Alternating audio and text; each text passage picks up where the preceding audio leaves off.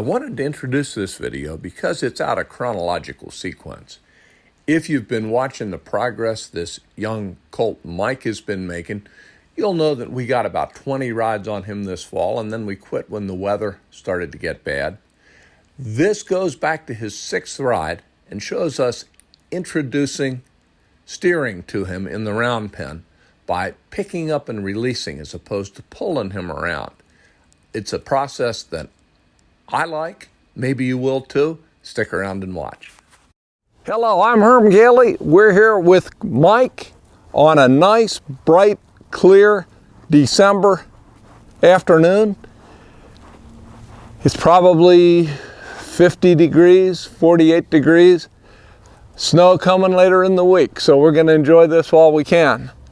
My daughter says every one of these turns into a weather forecast, but when you're out in it, you appreciate it when it's like this.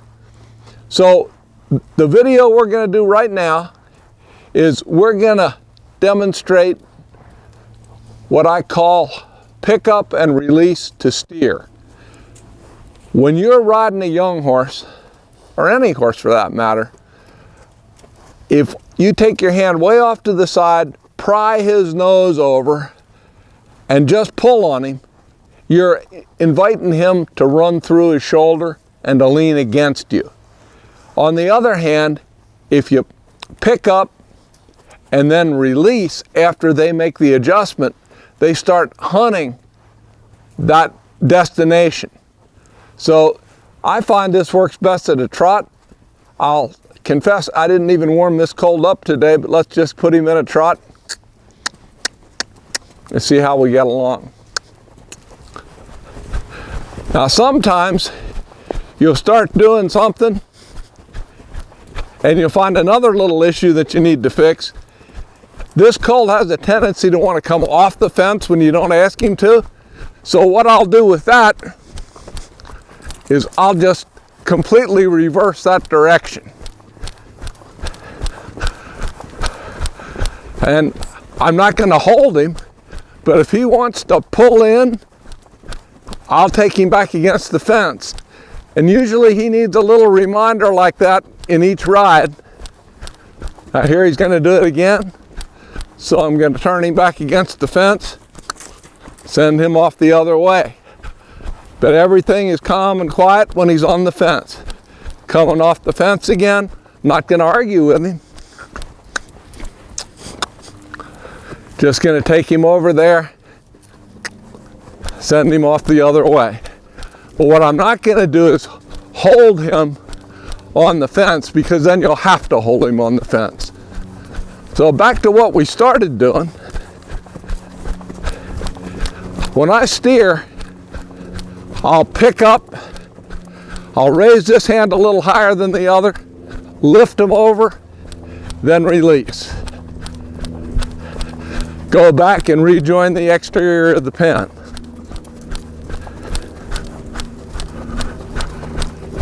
Pick up, lift them, bring them over, then release. They get to go straight. They get away from the pressure of the rein, and they start to hunt that. Pick up, lift, lift till he comes, lift till he releases to you. There he goes. You create a little bit of shape, lift their front end just a little. Whenever you raise one hand higher than the other, the bend is going to be to that side. So if I raise this right hand, that's going to move him in. That's going to pick his nose up and tip it in. And then after you've done that a bit, you can narrow that circle down. But you don't just keep prying. You pry a little, lift, release. Lift, release. Lift, release. Go back out on the fence. Very simple.